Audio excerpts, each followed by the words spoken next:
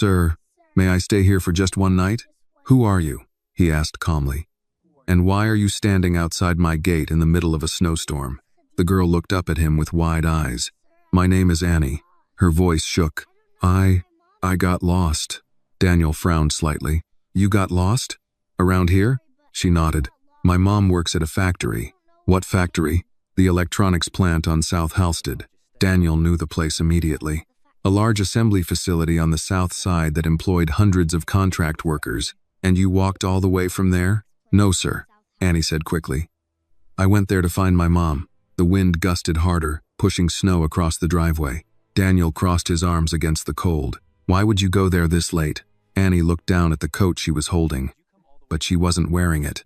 My mom forgot her coat when she left for work, she said quietly. I brought it to her. Daniel looked again at the thick winter jacket clutched in her arms. You walked to the factory in this weather? Yes, sir. And what happened when you got there? The guard said the power went out. Annie explained.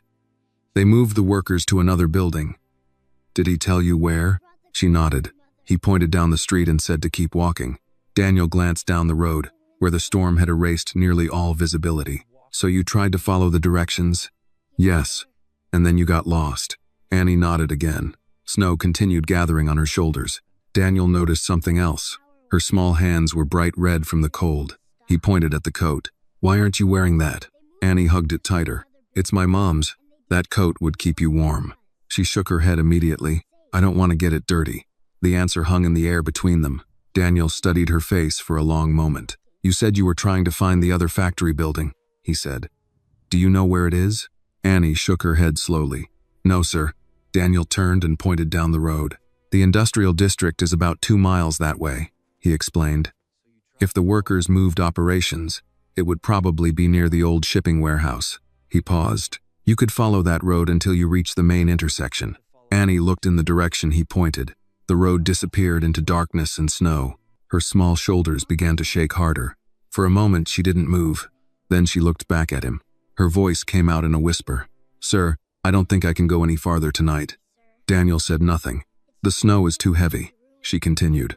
And it's really dark. Her fingers tightened around the coat. May I stay here just for one night? The wind pushed another wave of snow between them. Daniel Whitmore is known for making decisions quickly, without hesitation. Yet standing there in the storm, gazing down at a shivering girl who refused to put on her mother's coat because she didn't want to stain it, he found himself strangely quiet. The house behind him was enormous. 20 rooms, 3 fireplaces, a dining table that could seat 12 people, and most nights it held exactly 1. Daniel Whitmore lived alone. The girl shivered again. Please, sir, Annie said softly. I'll leave in the morning. For a moment, Daniel said nothing at all. Then he reached toward the control panel beside the gate. The iron bars slid open with a quiet mechanical hum. Come inside, he said. Annie blinked in surprise. Really? Yes. He stepped aside to give her room to enter. You can warm up first, then we'll figure out how to find your mother. Annie walked slowly through the gate. Her footsteps were careful, almost hesitant. Daniel noticed that too, like someone used to being afraid of doing something wrong. The front doors of the mansion opened into a wide marble foyer filled with warm light. As soon as Annie stepped inside, heat from the fireplace wrapped around her like a blanket. She stopped just inside the doorway. Her eyes moved slowly across the enormous room, but there was no excitement in her expression, only quiet caution. From the hallway, an older man appeared. Harold Bennett, Daniel's estate manager, had worked in the house for nearly 10 years. A retired Marine in his mid-60s, he carried himself with quiet discipline. He looked at Annie and immediately understood. Sir? Harold asked. This is Annie, Daniel said. She got lost in the storm. Harold nodded once. Well then, he said gently, we better get this young lady warmed up. Within minutes, the kitchen lights were on. Harold placed a bowl of hot chicken soup in front of Annie, along with a slice of fresh bread and a mug of cocoa.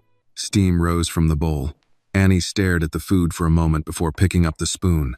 Daniel leaned quietly against the doorway and watched. The girl ate slowly, carefully, almost cautiously. Harold noticed too. After a moment, he leaned toward Daniel and spoke quietly. Children who eat like that, he murmured, usually learned the hard way that food disappears. Daniel didn't answer. He simply kept watching the small figure at the table. When Annie finished eating, Harold led her upstairs to a guest room. The bed looked enormous compared to her tiny frame. "Bathroom's right there," Harold said kindly. "Clean towels on the rack." Annie nodded. "Thank you. Good night, Annie. Good night." Downstairs, the house grew quiet again. Daniel stood beside the tall living room windows while the storm raged outside. Snow now covered the entire estate. After a long moment, he walked into his office and picked up the phone. He called the electronics factory Annie had mentioned, then the city police non-emergency line, then 2 nearby hospitals. No one had any record of a worker named Lydia Parker. Daniel slowly set the phone down. The wind rattled softly against the glass. Upstairs, faint footsteps crossed the guest room floor. A small child moving carefully inside a house far too large for her. The little girl sleeping upstairs might not simply be lost. She might be completely alone. And somehow, that possibility bothered him more than he expected. Morning had not yet arrived when Lydia Parker finally stepped off the late shuttle bus. The storm had slowed everything across the south side of Chicago. What should have been a 40-minute ride home had turned into nearly 3 hours of waiting, detours, and crawling traffic through snow-clogged streets. Lydia pulled her thin scarf tighter around her neck as she stepped onto the sidewalk. The sky was still dark, though the black edge of night had begun to soften toward gray. Snow covered the empty street in front of her apartment building, and the air held that deep winter quiet that comes just before dawn. She rubbed her hands together and hurried toward the entrance. Her body ached from the overnight shift. The temporary factory they had moved workers to after the power outage was even colder than the original plant. Half the machines barely worked. The supervisor kept pushing them to keep assembling parts even while the lights flickered overhead. All night, Lydia had been thinking about only one thing. Annie, her daughter, always waited up when Lydia worked late. Sometimes she would fall asleep on the couch with a blanket wrapped around her small shoulders. The thought made Lydia smile despite the cold. "She's probably asleep already," Lydia murmured to herself as she unlocked the apartment door. The small apartment was quiet, dark. Lydia stepped inside and closed the door behind her. "Annie?" she called softly. No answer. She flipped on the light. The couch was empty. The blanket lay folded neatly. Lydia frowned. "Annie." She walked into the small bedroom. The bed was empty. A strange feeling crept slowly into her chest. "Annie?" She checked the bathroom, the kitchen, the tiny hallway closet. Nothing. The feeling in her chest turned to panic. "Annie." Her voice echoed off the apartment walls. Lydia rushed back into the living room, her breathing quickening. Then she noticed something that made her stomach drop. Her work coat was gone. The thick winter coat she used every night walking to the bus stop. The one Annie had tried to make her wear before she left for work. Lydia stood frozen for one long second. Then the realization hit her like ice water. No. Her heart began racing. "Annie, if this moment touched your heart, take a second to like this video and tell us in the comments where you are watching from. Your support helps this story reach more people. And if you believe every child deserves to be safe and protected, subscribe to the channel for more powerful stories like this." Lydia ran out of the apartment and into the hallway. The elderly woman from the next unit opened her door halfway, startled by the noise. "Lydia, what's wrong?" "My daughter," Lydia said breathlessly.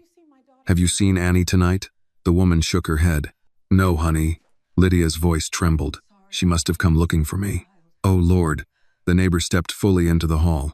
"In this storm?" Lydia didn't answer. She was already running. The snow outside bit into her face as she hurried down the street toward the factory district. The roads were nearly empty at that hour.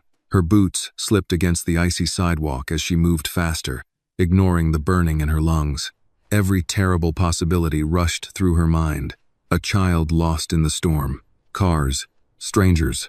The cold. "Please be okay," Lydia whispered over and over as she ran. It took her nearly 30 minutes to reach the factory. The large building stood dark and silent except for a single security light near the loading dock. Lydia hurried to the guard booth and knocked on the window. The night guard looked up in surprise. "Hey, weren't you on the night shift?" "My daughter," Lydia gasped. "Did you see a little girl here tonight?" 6 years old?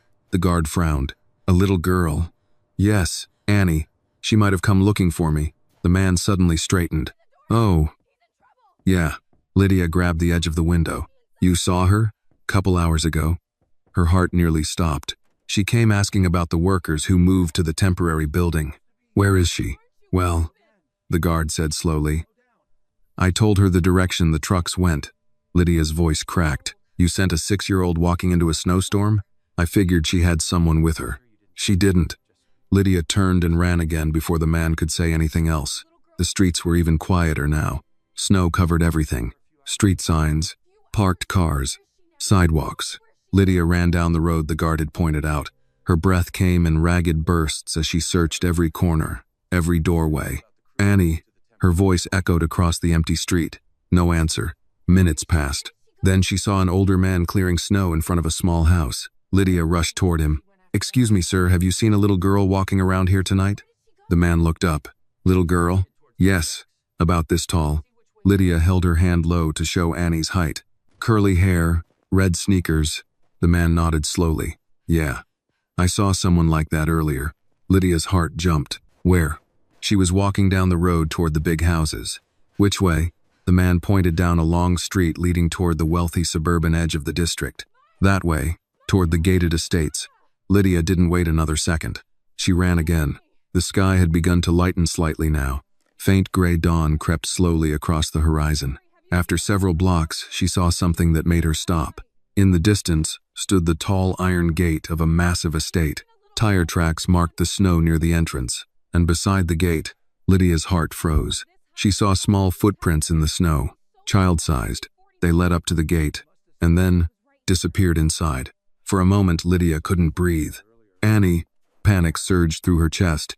Her daughter had followed the road all the way here, to the home of a complete stranger. Without thinking, Lydia ran toward the gate. Her boots slipped in the snow as she rushed forward. Annie, her voice cracked across the silent morning. The enormous mansion stood beyond the gate, its tall windows glowing softly in the early light. Lydia grabbed the cold metal bars, peering through them desperately.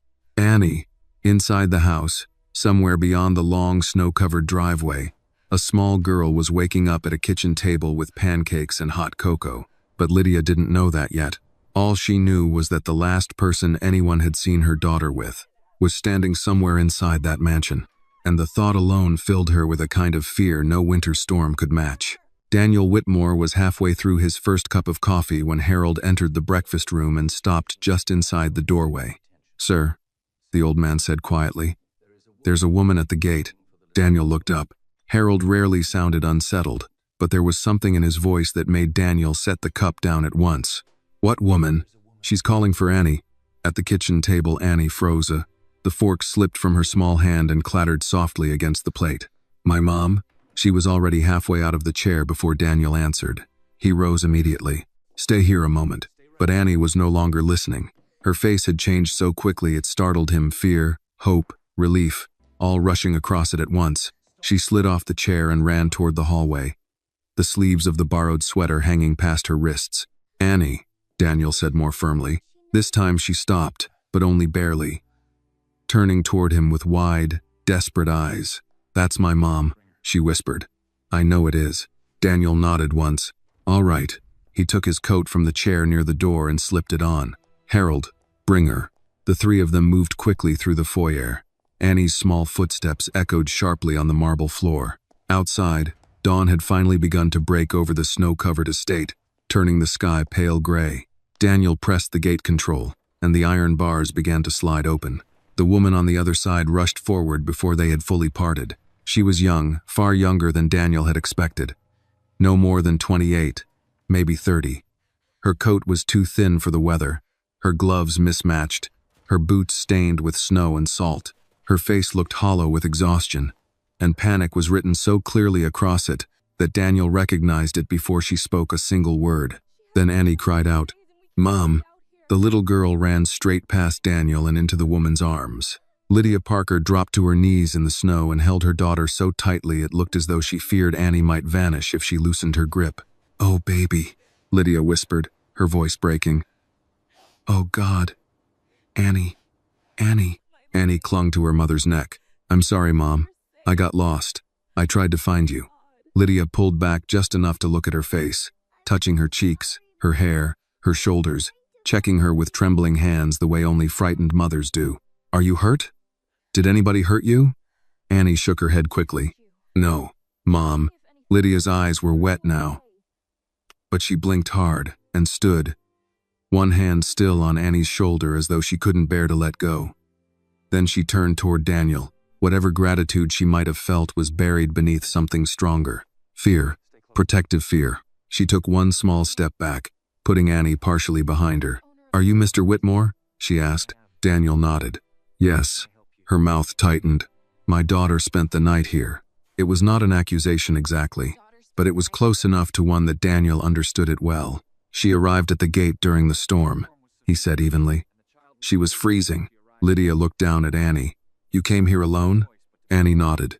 "I went to your factory to bring your coat." For the first time, Lydia noticed the coat folded over Annie's arm. Her expression crumpled. "Baby, I didn't wear it," Annie said quickly, almost proudly. "I kept it clean for you." Lydia shut her eyes for 1 second. Daniel looked away, giving the moment the privacy it deserved. When Lydia opened her eyes again, they were clearer, though not calmer. "I came home near dawn," she said, speaking now to Daniel. She was gone. The apartment was empty. I ran to the factory. The guard told me he'd pointed her toward the temporary site. Her jaw tightened with anger at the memory. A 6-year-old child. Daniel's expression darkened slightly. He should never have done that. "No," Lydia said. "He shouldn't have." There was a silence then, filled only by the scrape of tree branches in the cold wind. Daniel studied the woman in front of him. She looked exhausted enough to fall over where she stood. Her hands were raw from the cold. Her breathing still had not fully settled from running, and yet, for all that, there was dignity in the way she held herself. She was frightened, but she was not weak. She was poor, but she was not careless. The difference mattered. Harold stepped forward then, carrying a wool coat and scarf. "Ma'am," he said gently, "you look near frozen. Why don't you both come inside for a few minutes?" Lydia hesitated. Annie looked up at her mother. "Mom, they gave me pancakes."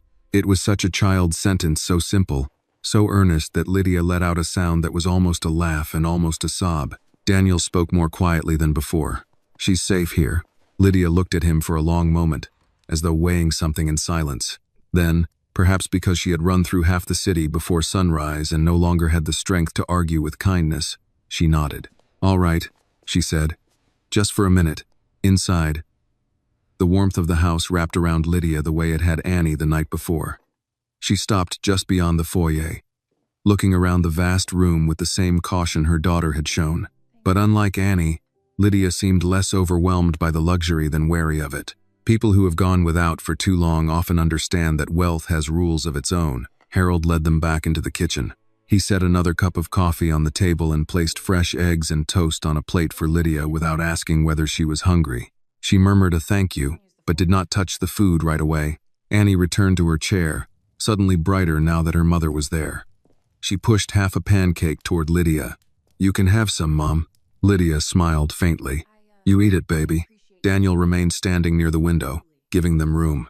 But Annie kept looking at him as though he were part of the morning now, a fact of the house like the table or the fireplace. Lydia noticed. "So," she said at last, wrapping both hands around the coffee mug, "you let a strange little girl into your house." Daniel met her eyes. "I wasn't going to leave a child outside in that storm." Lydia's gaze dropped briefly to the tabletop. "Most people would have called the police." "Maybe." "And you didn't." "No." She let out a tired breath. "That was kind."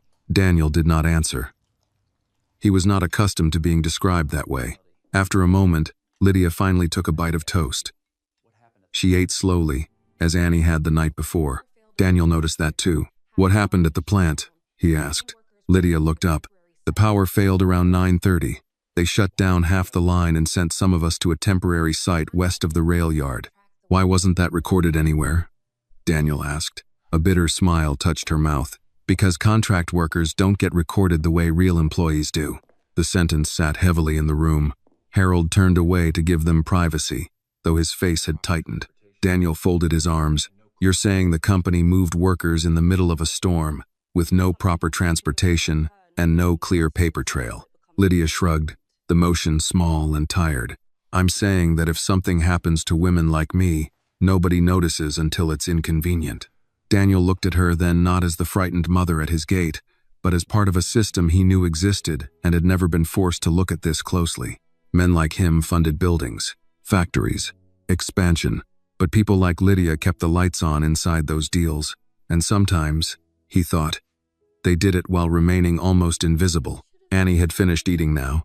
She leaned against her mother's arm, warm and sleepy from food and safety. Lydia brushed a hand over her daughter's hair. "I'm sorry," she whispered to the girl. "I should have been home." "I know," Annie said. Lydia's face tightened again at the simplicity of that trust. Daniel glanced toward the clock on the wall. Morning had fully arrived. He should have been preparing for meetings downtown. Instead, he found himself asking, "Do you have work tonight?" Lydia looked surprised by the question. "I don't know. They'll probably call if they need us." "Probably? That's how temp labor works." Daniel nodded slowly. He had heard enough. Not enough to understand everything, but enough to know this was no longer just the story of a child lost in a snowstorm. There was something larger under it, something colder than the weather. And as he stood in the quiet warmth of his kitchen, watching Annie lean against her exhausted mother, Daniel Whitmore felt the first unmistakable stir of a problem he could not solve by simply opening a gate. Lydia Parker had never been comfortable in rich people's homes. Even as a little girl, she had learned to recognize the invisible rules that lived inside places like this one. The polished floors, the untouched furniture, the quiet. Everything seemed to say the same thing. People like you do not belong here. So even after Harold refilled her coffee and Annie curled sleepily against her side, Lydia stayed tense in the chair, her body angled as though she might stand and leave at any second. Daniel noticed. He noticed, too, that Annie had relaxed in a way children only do when exhaustion finally catches them. The girl's head rested against her mother's arm, her eyelids drooping lower each minute. Harold spoke first. "She ought to sleep a little more," he said gently. Lydia gave a tired nod. She was probably up half the night. Daniel glanced toward the guest room staircase. "She can sleep here as long as she needs." Lydia looked at him, surprised again by the offer. For a moment she seemed about to refuse on instinct alone.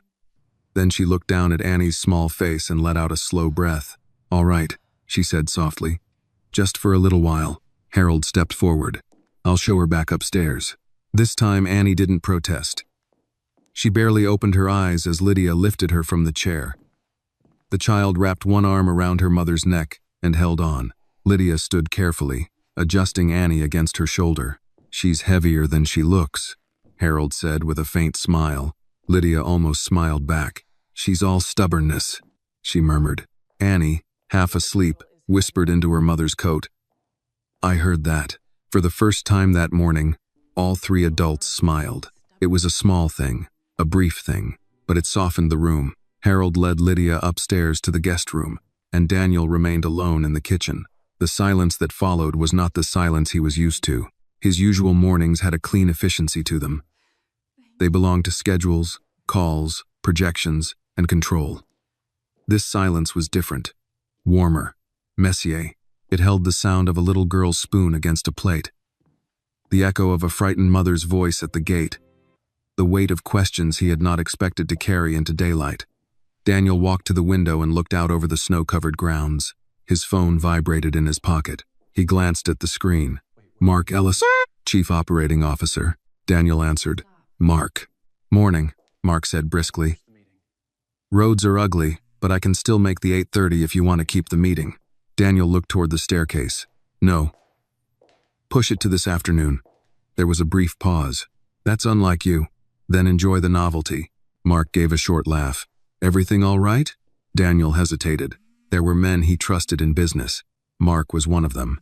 But trust in business was not the same as intimacy, and Daniel had spent years making sure those lines stayed clear. "A child turned up at my gate last night," he said at last. Silence. Then Mark replied, "I'm sorry, what?" Daniel gave him the outline.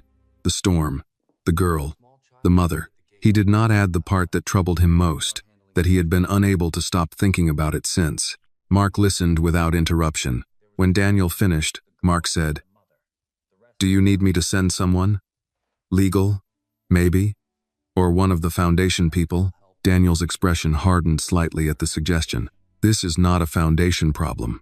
"No," Mark said carefully. "I suppose it isn't." Daniel ended the call a minute later and slipped the phone back into his pocket. Foundation problem. He disliked the phrase. It sounded clean, public, charitable, as if human fear could be processed into a tax category. Harold came back down alone. "They're settled," he said. Daniel turned from the window. "Is Annie asleep?" "Already. And Lydia?" Harold gave a small shrug. "She says she's not tired, which means she's exhausted." Daniel nodded. Harold began clearing the breakfast plates, then paused. "She loves that little girl." Daniel looked at him. "That seems obvious." Harold set a plate gently into the sink. "You'd be surprised how many things are obvious and still get missed." Daniel said nothing. After a moment, Harold added, "The mother's proud." "Yes, pride can be useful," Harold went on. "It keeps people standing, but it also keeps them from asking for help." Daniel folded his arms. "You think that's what this is?" "I think," Harold said, "that a woman working nights at a temporary plant in a storm, with no one watching her child, isn't living one bad day. She's living one bad year after another." The old man turned back to the sink. Daniel remained still. He had been around power too long not to understand what Harold was really saying. This was not about one missing coat, or one little girl lost in the snow. This was about a life balanced too close to the edge. A life where one power outage, one missed bus, one wrong direction from a careless guard could send everything collapsing. He knew such lives existed. He financed districts where such lives existed. But knowledge from a distance was one thing. A little girl at your gate was another. A while later, Lydia came downstairs. She had washed her face in the guest bath, but no amount of cold water could hide how tired she was. She moved carefully, like someone whose body had not yet caught up with the fact that the emergency had passed. Harold pulled out a chair for her. "Sit," he said. She looked embarrassed by the attention. "You don't have to keep fussing over me." Harold's expression remained steady. "Ma'am, I'm 65 years old.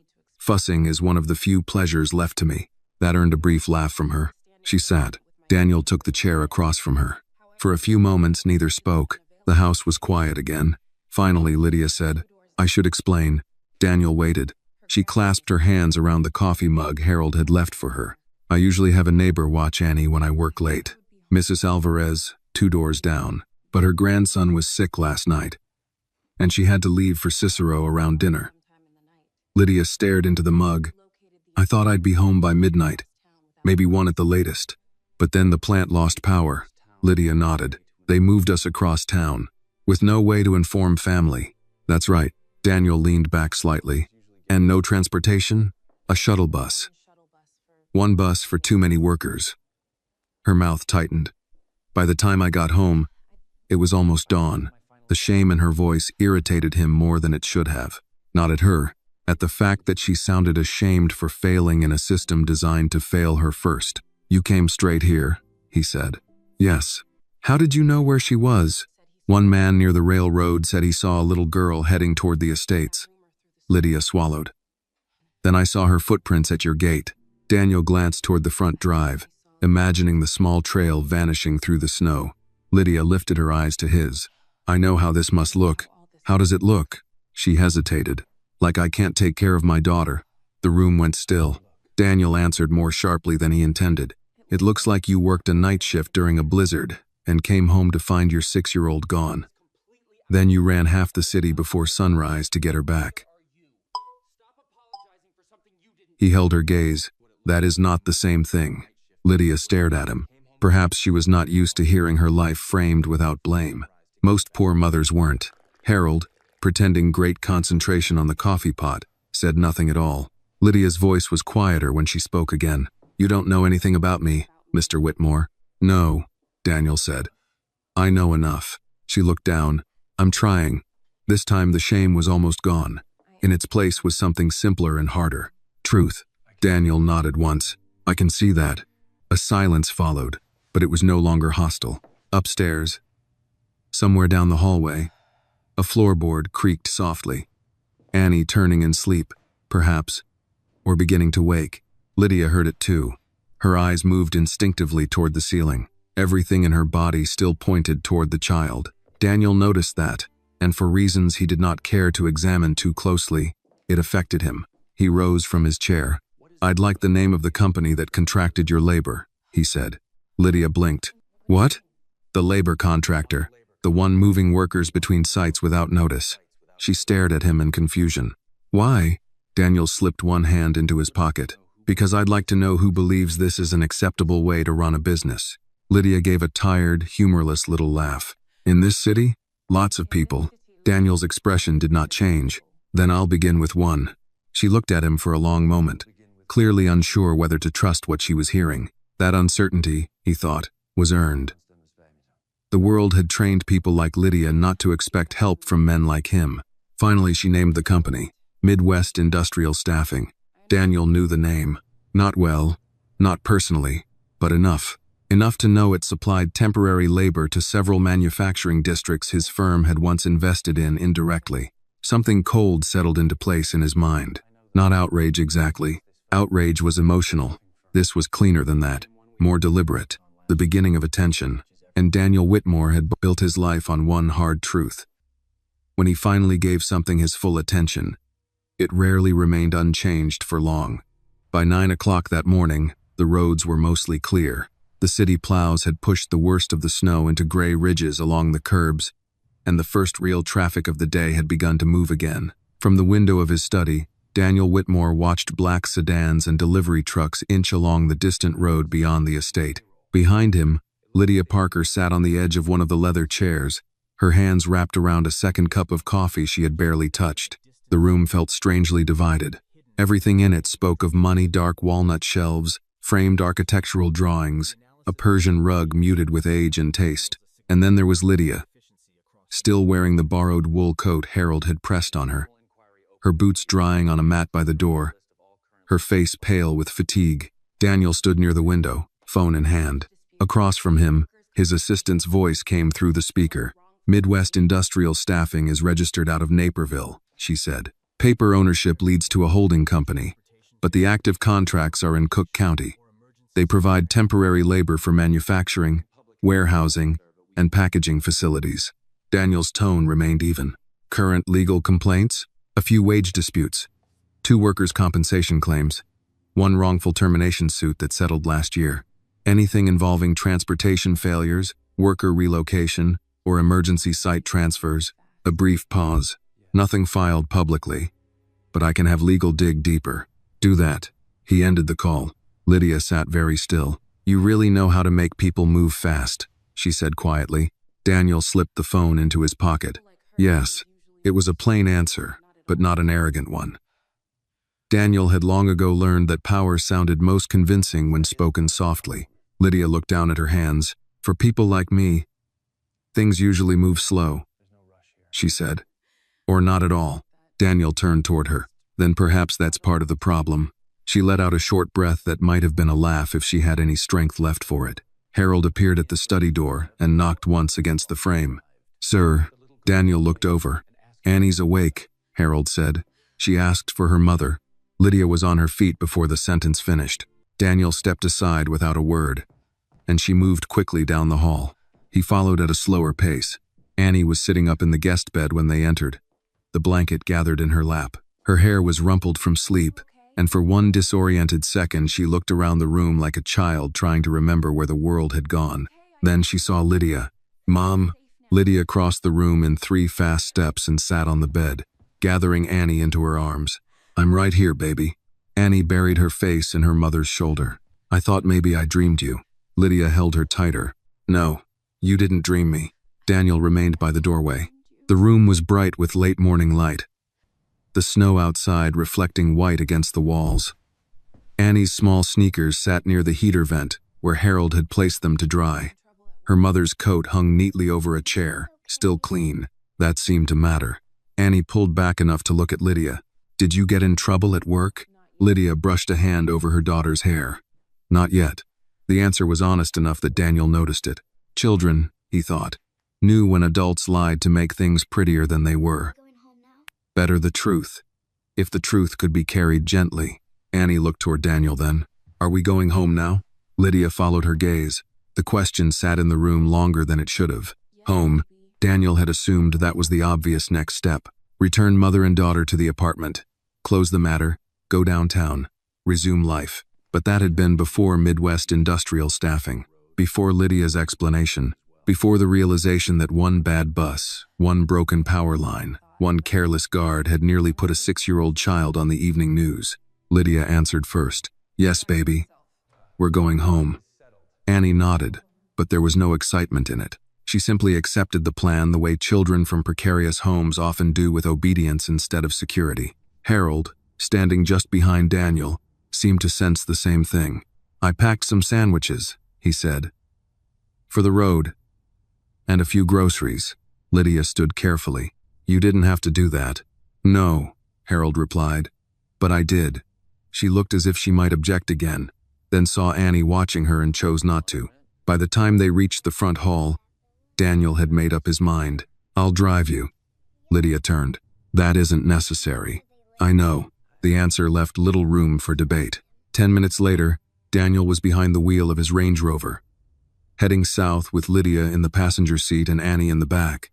Wrapped now in a clean blanket Harold had tucked around her legs. The city changed block by block as they drove. The broad, tree-lined roads of Daniel's suburb gave way to commercial strips, then older neighborhoods, then the worn brick and crowded intersections of the south side. Snow sat in dirty heaps at bus stops. Men in work boots stood outside corner stores with paper cups of coffee. A woman dragged a grocery cart through slush while 2 children hurried beside her. Annie fell quiet as they neared her neighborhood. She sat up straighter. That's the laundromat, she said softly, pointing through the window. And that's Miss Carla's store. Lydia glanced back with a faint smile. I know where we live, baby. I know, Annie said. I'm just showing him. Daniel said nothing, but something about that landed harder than it should have. The apartment building stood on a narrow street lined with parked cars half buried in snow. Its brick facade was tired, and one of the front steps had been patched with uneven cement. Daniel parked at the curb. Lydia looked at the building, then at him. You can drop us here. Daniel turned off the engine. I can also carry the groceries in. She hesitated. Then, with clear reluctance, she nodded. Inside, the apartment was small but clean. Too clean, Daniel thought at once. Not in the ordinary sense. In the deliberate sense, the kind of clean poor people sometimes maintained as a defense against judgment. If the place was neat, perhaps no one would notice what it lacked. The couch was old but covered with a washed blanket. The kitchen table had 2 chairs, neither matching the other. A child's drawing was taped to the refrigerator with a grocery store magnet. Annie moved through the apartment with visible relief, as if returning to familiar walls mattered more than comfort ever could. My crayons are still here, she announced, as though someone might have expected otherwise. Lydia took the grocery bag from Daniel and set it gently on the counter. Thank you. The words were sincere now, stripped of the fear that had sharpened them at the gate. Daniel looked around once more. There was almost no food in the cupboards that stood partially open. The heat, judging by the faint rattle from the vents, worked only when it felt like it. And on the small side table near the couch sat a final notice from the electric company. He did not need to read the amount to know what it meant. Lydia saw where his eyes landed and moved in front of the paper before he could say anything. A flush crept into her face. We're behind, she said, her voice steady but tight. I know that. Daniel met her gaze. I didn't say otherwise. No, she said. You didn't. Annie, sensing a current she didn't understand, grew quieter. She stood near the table, one hand resting on the back of the chair, watching the adults. Daniel looked at the child, then back at Lydia. Has child services ever been involved? Lydia stiffened instantly. No. The answer came too quickly. Daniel did not soften his tone. That wasn't an accusation. It sounded like one. He let that sit, then said, a 6-year-old crossing the city alone in a blizzard creates a record if the wrong person hears about it. Lydia's face changed. Fear again. This time not for herself. For Annie. I would never let them take her, she said quietly. Daniel believed her. That was not the issue. The issue was that systems did not care much about what mothers would never allow. Systems moved on paper, on incident reports, on technical definitions of neglect written by people who had never missed a night's sleep over a heating bill. He spoke more carefully now. Then we make sure no one uses last night against you. Lydia stared at him. Why are you helping us? It was the first truly direct question she had asked him. Daniel looked toward the window, where gray daylight pressed against the glass. Somewhere outside, a snowplow scraped slowly down the street. He could have said many things. that no child should be outside in weather like that the labor company had been reckless, that he had resources, but none of those answers would have reached the truth. Instead, he said, because last night should never have happened. Lydia held his eyes for a long moment.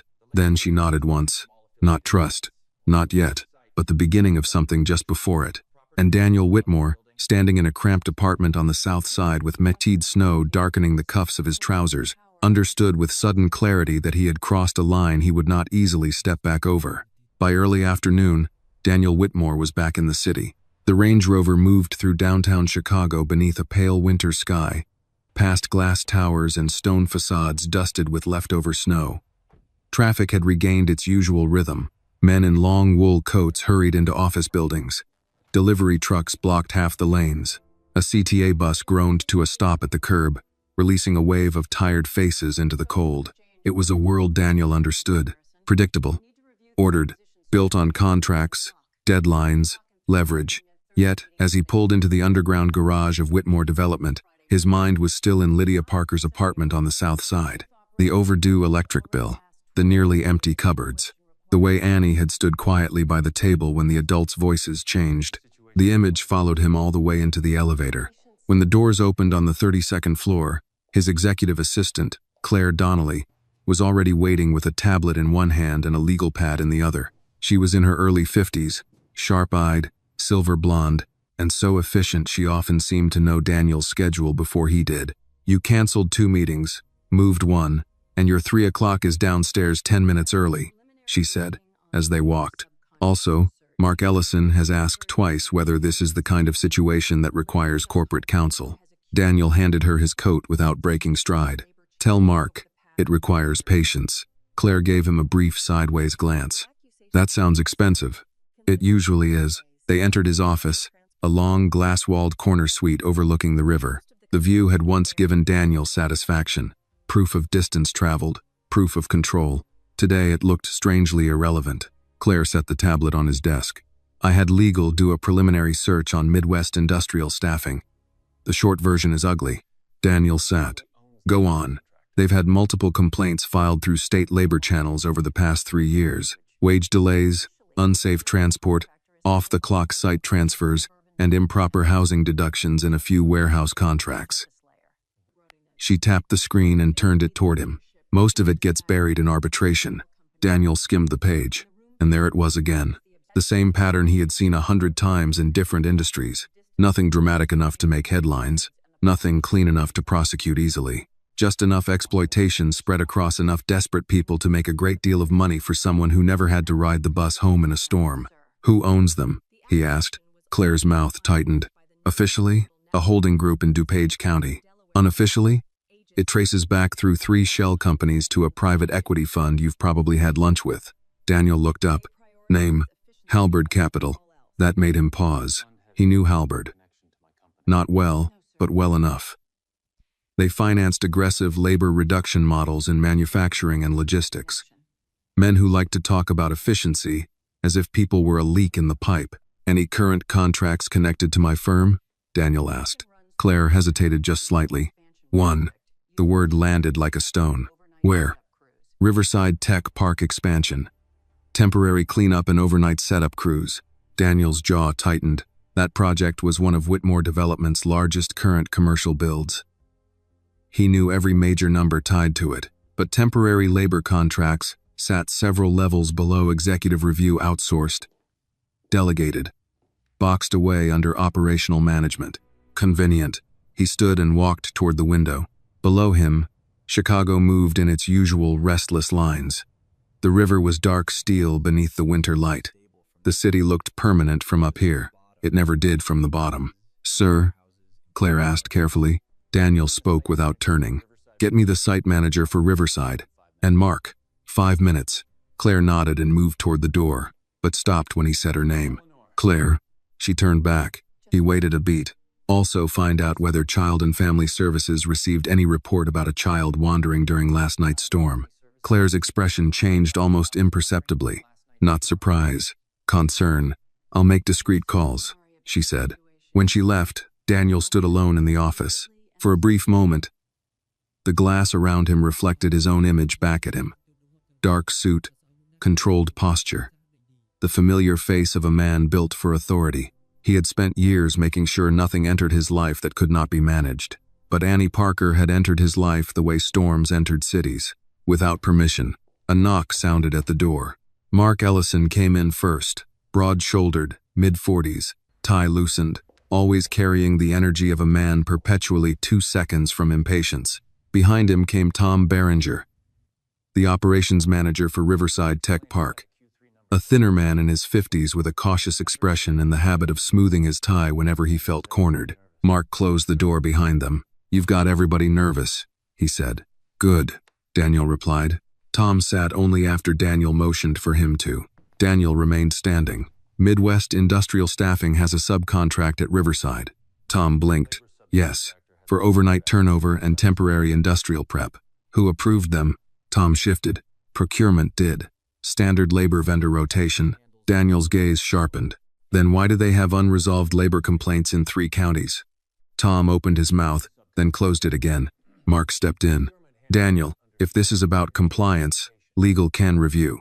It is about oversight," Daniel said, his voice quiet and cold enough to stop the room. "Mine." Silence. Then Daniel looked back to Tom. "Tell me exactly what Midwest does on my project." Tom cleared his throat.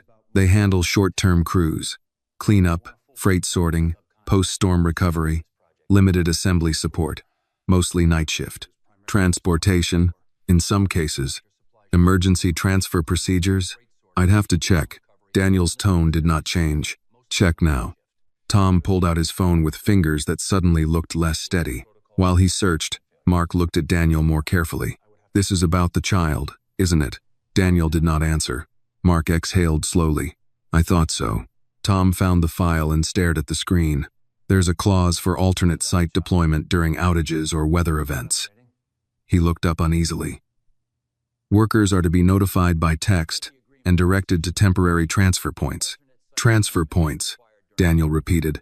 "Not home addresses, not children waiting in apartments, not elderly parents. Transfer points." Tom said nothing. Daniel stepped closer to the desk. "Last night, a 6-year-old girl crossed half the city in a blizzard trying to find her mother because no one in this system considered that workers have families." He held Tom's eyes. "That happened under a labor chain attached to one of my sites." Tom looked stricken now. "I had no idea." Daniel believed him. That was the problem with modern systems. No one had any idea.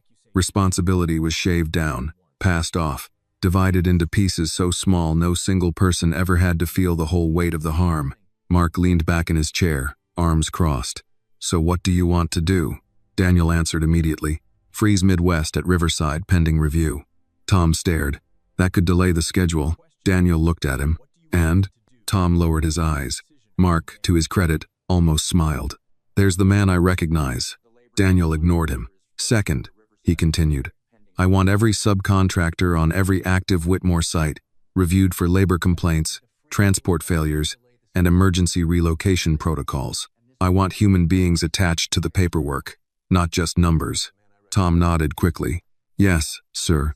"And third," Daniel said, "if Midwest failed to report workers accurately during last night's transfer, I want to know whether that was negligence or design." Now even Mark's face had gone still, because there was a difference. Negligence was sloppy. Design meant profitable cruelty. When the meeting ended, Tom left first, carrying his tablet like it had become heavier in the last 10 minutes. Mark stayed behind. He waited until the door closed before speaking. "You're serious about this?" Daniel walked back to the window. "Yes." Mark studied him. "Because of one child." Daniel turned. "No. Because of what one child revealed." For a moment, neither man spoke. Mark had known Daniel for 13 years. He had watched him outmaneuver developers, unions, city officials, and bankers. He had seen him ruthless, brilliant, guarded, and occasionally merciful in ways he never advertised. But this was something else. Mark finally said, "If you pull on this thread, it may lead to people we do business with." Daniel's expression didn't move. Then they should have chosen a better thread. Mark let out a low breath through his nose. "I'll help." It was not dramatic, not noble, just simple and professional. Sometimes those were the strongest promises. After he left, Claire returned with a small folded note and set it on the desk. "What is it?" Daniel asked. "I called through the proper channels," she said. "No formal child welfare report was filed this morning." She paused. But if the guard at that plant had called law enforcement, it would have become one. Daniel unfolded the note anyway. Nothing else. Nothing official. For now. He set it down slowly. A 6-year-old girl had slipped through the cracks because the world had not yet bothered to look closely enough. And Daniel Whitmore, who had built his life by mastering systems, now found himself unable to ignore the one system that mattered most, the one that decided which children were protected and which were left out in the cold. That evening, the temperature dropped again. By 6 o'clock, the city had turned the color of old steel. The last of the daylight faded behind the buildings, and Chicago settled into that winter hour when office lights glowed against the dark, and every gust of wind seemed sharper than the one before. At Whitmore Development, most of the executive floor had emptied. Assistants were gone. Conference rooms stood dark. Somewhere down the hall, a vacuum hummed softly against the carpet. Daniel Whitmore remained in his office, jacket off, tie loosened, reading through a stack of compliance reports Claire had sent up from legal. The deeper he looked, the less he liked what he found. Midwest Industrial Staffing had survived for years by operating in the gray space between what was legal and what was merely tolerated. Workers moved between sites with poor notice. Injury reports were delayed, shift records were incomplete, names disappeared into spreadsheets, and by the time anyone noticed, the contract had been renewed, and the people harmed by it had already moved on or been pushed out. Daniel had seen this kind of structure before, not in detail, not up close, but enough to know its real engine was not money alone. It was distance. People at the top made decisions far from the lives those decisions touched. Distance kept their hands clean.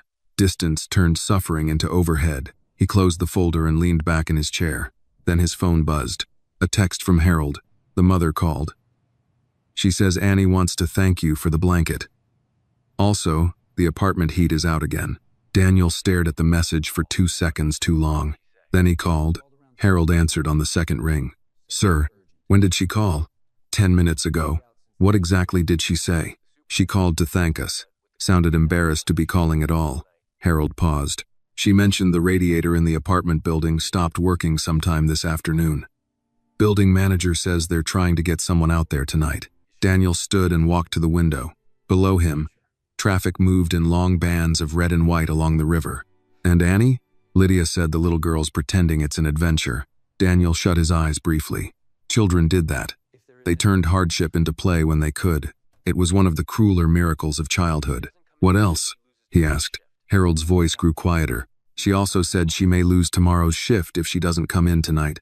Daniel turned from the glass. With no heat in the apartment. Yes, sir. And no child care. Yes. Silence settled between them. Finally, Harold said, I thought you'd want to know. Daniel looked at the phone in his hand. I did. He ended the call and stood very still in the center of the office. He should have gone home. He should have let the day end. That would have been the sensible thing. But the sensible thing had begun to feel suspiciously like the easy thing, and Daniel Whitmore was old enough to know that those two were not always the same. He picked up his coat, called Claire back into the office, and said, Reschedule everything after 8 tomorrow. Claire blinked. You're leaving now? Yes. Do you want me to ask why? No. Her eyes narrowed slightly in that efficient, almost maternal way she sometimes had when she believed he was making a decision from someplace other than business. Then she nodded. Drive carefully. 40 minutes later, Daniel was back on the south side. The streets looked different at night. More private. More tired. Storefront lights buzzed in the dark. Men stood outside carryout places with their collars turned up. A church on the corner had its basement lights on and a handmade sign out front. Warm meals Thursdays. The apartment building was dim when he pulled up. Only one hallway light seemed to work. He carried 2 bags from the grocery store and a small space heater Harold had found in the storage room at the estate. The building smelled faintly of boiled cabbage, old carpet, and radiator dust. Somewhere a baby was crying behind a closed door. From another apartment came the murmur of a television game show and a burst of canned laughter. Daniel knocked on Lydia's door. For a moment there was no answer. Then he heard the soft scrape of the chain lock, and the door opened a few inches. Lydia looked out. She had changed into clean clothes, but she still looked exhausted. Her hair was pulled back loosely, and worry sat plain on her face until she recognized him. "Mr. Whitmore?" Daniel lifted the grocery bag slightly. "You said the heat was out." Her expression moved through surprise, caution, then something close to disbelief. "You came here?" "Yes. You didn't have to. I'm beginning to notice that people say that to me whenever I do something useful." Against her will, a small smile touched her mouth. It vanished quickly, but Daniel saw it. She opened the door. The apartment was colder than it had been that morning. Not freezing yet, but cold in the creeping way that settles into walls and floors first, then into hands and bones. Annie sat on the couch under 2 blankets, coloring on the back of a grocery flyer with a box of crayons spread beside her. When she saw Daniel, she brightened immediately. "Mr. Whitmore." Daniel set the bags down by the kitchen table. "Good evening, Annie." She scrambled to her feet, the blanket falling behind her shoulders like a cape. "Mom said you gave me the soft blanket." "I did. Thank you." "You're welcome." Her eyes moved at once to the small heater. "What's that?" "A temporary solution," Daniel said. Lydia closed the door and folded her arms against the cold. "You really didn't need to bring groceries." Daniel looked toward the nearly bare kitchen shelf. "Yes," he said. "I did." She let that go because there was no strength in her tonight for pride to win every argument. He plugged in the heater near the couch, and within a minute warm air began pushing softly into the room. Annie held her hands in front of it and sighed. "That's better." Daniel straightened and glanced around the apartment again. Even colder now, the place looked more fragile than before. A cracked window corner had been sealed with tape. The radiator beneath it sat silent. On the counter, Lydia's work badge lay beside a bus pass and 2 unopened envelopes. He nodded toward them. "You're still going in tonight." It wasn't a question. Lydia's face tightened. "I have to." "In this condition?" "In every condition," she said quietly. "That's how rent works." Annie had gone back to the couch, but she was listening now. Children always listened hardest when adults spoke in flat voices. Daniel lowered his own. "And Annie?" Lydia rubbed one hand over the other for warmth. "I called Mrs. Alvarez. She's back from Cicero. If I leave Annie there overnight, I can make the bus." Daniel looked at the clock above the stove. It was already after 7. "You've slept maybe 3 hours since yesterday." She gave a weary shrug. "I've done more with less." The sentence stayed with him, not because it was dramatic, because it was ordinary. That was what made it unforgivable. Annie looked up from the couch. "Mom, do you have to go?" Lydia turned toward her at once, her whole body softening. "Baby, I might, just for tonight." Annie lowered her crayons. "I don't like it when you go and it's dark." Lydia crossed the room and knelt in front of her. "I know. Can't they let you work in the daytime?" Lydia gave a little laugh that held no humor. "It doesn't work like that." Annie considered this with the seriousness children bring to unfair things. "That's dumb." This time Daniel almost smiled. Lydia kissed Annie's forehead. "Yes," she said. "It is." For a while no one spoke. The heater hummed softly. Traffic hissed past outside on wet pavement. Daniel found himself looking at the 2 of them, mother and daughter, one kneeling, one wrapped in blankets, and thinking how easily people with power used the phrase working families without ever really seeing one. Working family. It sounded sturdy, respectable, American. But in rooms like this, it meant exhaustion. It meant bargaining with cold. It meant leaving your child at night because survival had shift hours. He spoke before he had fully decided to. "She shouldn't have to leave tonight." Lydia looked up. "What?" Daniel met her eyes. "Take the night off." Her expression hardened instantly. "I can't. I'll cover the lost wages." "No." The answer came sharp and immediate. Daniel expected resistance, but not how fiercely it arrived. Lydia stood. "I'm not taking money from you. It wouldn't be charity." "What would it be?" He paused, and because honesty seemed the only thing that had worked between them so far, he gave it. "A correction." Lydia stared at him. "For what?" "For a system that lets a mother choose between a paycheck and her child in a cold apartment." For a second the room went very still. Then Annie, who understood only part of the conversation, looked from one adult to the other. "Mom?" Lydia turned away, pressing her lips together. When she looked back, her eyes shone with anger and something more dangerous beneath it. Humiliation. "Do you know what happens?" she said quietly. "When people like me take favors from men like you?" Daniel did not answer, because he did know, or enough of it. The balance changed. Debt entered the room. Gratitude became obligation. Kindness turned into a leash if the wrong person held it, so he chose his next words carefully. You don't owe me anything. Lydia gave a bitter shake of her head. That's easy to say when you're the one with everything. The truth of it landed cleanly. Daniel took it without defense. Then Annie spoke in a small voice from the couch. Mr. Whitmore isn't mean, Mom.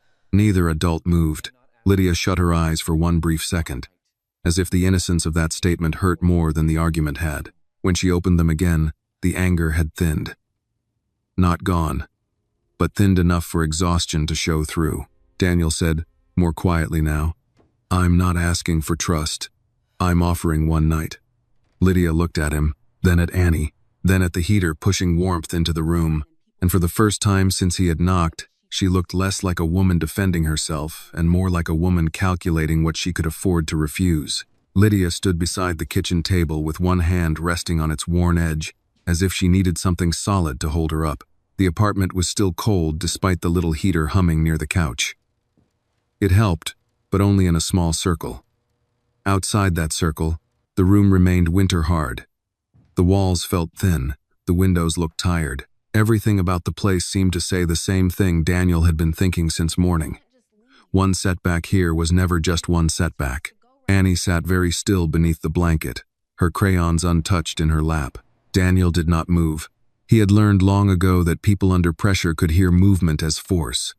A shift in posture, a step forward, a hand reaching for a wallet. All of it could sound like power, even when the words were soft. So he stayed where he was and let Lydia think. At last she said, one night turns into two. Then people start saying things. Daniel nodded once. Yes. She looked at him, surprised not by the answer but by the lack of argument behind it. I know how this works, she said. A landlord helps you once, and suddenly he wants access to your life. A manager covers one shift, and next week he acts like he owns your time. People say kindness when what they really mean is leverage. Daniel looked at her for a long moment. Then he said, that is probably true often enough to have taught you not to trust it. The sentence landed differently than she expected. He could see that. Lydia's shoulders lowered a fraction. More than often enough. On the couch, Annie glanced between them. Mom, she said carefully, I can go to Miss Alvarez's if you want. The child said it bravely, almost cheerfully, but Daniel heard what sat underneath it. Annie was trying to become small enough to make the problem easier. Lydia heard it too. She crossed the room and sat beside her daughter, drawing the blanket up around Annie's shoulders.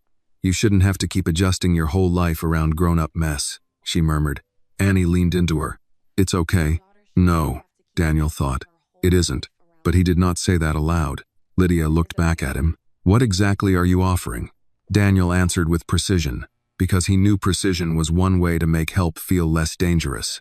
One night's wages, he said. No loan, no personal obligation, no future claim on your time. Harold can bring groceries tomorrow if you'll accept them. I can have someone from my building operations send a licensed heating repairman first thing in the morning to determine whether your landlord is violating code. If he is, my legal office can point you toward the correct tenant hotline. He paused. Nothing more than that unless you ask.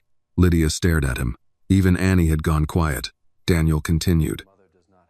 You do not have to decide anything beyond tonight. The heater hummed. A siren wailed faintly somewhere several blocks away, then faded. Finally, Lydia said, Why are you talking like a lawyer? I'm not. You're listing terms. That is how I make things clear. A tired laugh escaped her before she could stop it. That much I believe. The tension in the room loosened, but only slightly. She still wasn't ready to surrender her pride. Daniel respected that.